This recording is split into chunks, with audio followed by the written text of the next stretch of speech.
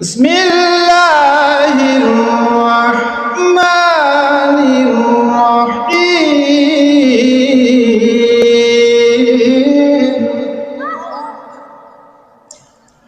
কুল in কুনতুম তুহিব্বুনাল্লাহা ফাত্তাবিউনি ইউহিব্বুকুমুল্লাহু ওয়া ইয়াগফির লাকুম যুনুবাকুম ওয়াল্লাহু গফুরুর রহিম।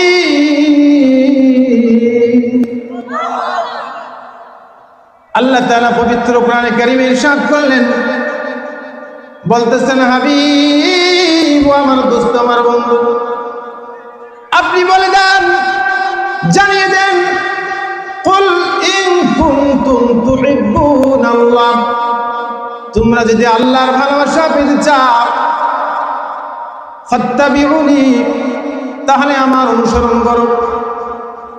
আল্লাহ তাআলা বললেন নবীর অনুসরণের কথা, নবীর ভালোবাসার কথা, তাআতের কথা। যদি তোমরা আল্লাহকে ভালোবাসতে চাও তাহলে নবীকে ভালোবাসো। বলেন মারহাবা।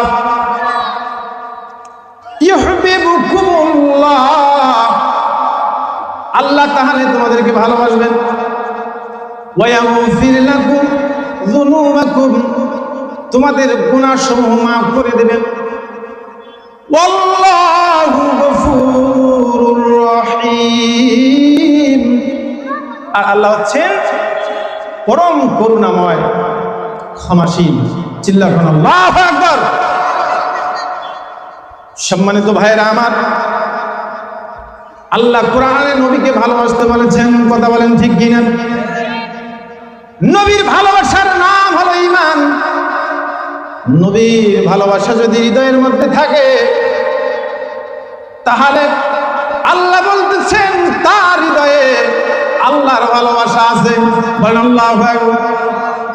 যার হৃদয়ে নবীর প্রেম নাই, নবীর ভালোবাসা নাই, নবীর মহব্বত নাই, ওই হৃদয়ে আল্লাহর প্রেম নাই, আল্লাহর ভালোবাসা নাই।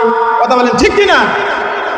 এ কথা আল্লাহ তাআলা বলেছেন, শর্ত দিয়েছেন, নবীকে ভালোবাসলে আমাকে ভালোবাসা হবে, নবীর অনুসরণ করলে আমার অনুসরণ করা হবে।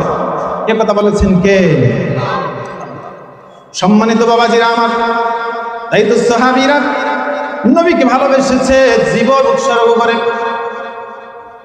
সাহাবীরা নবীকে দেখা হলে নবীর জন্য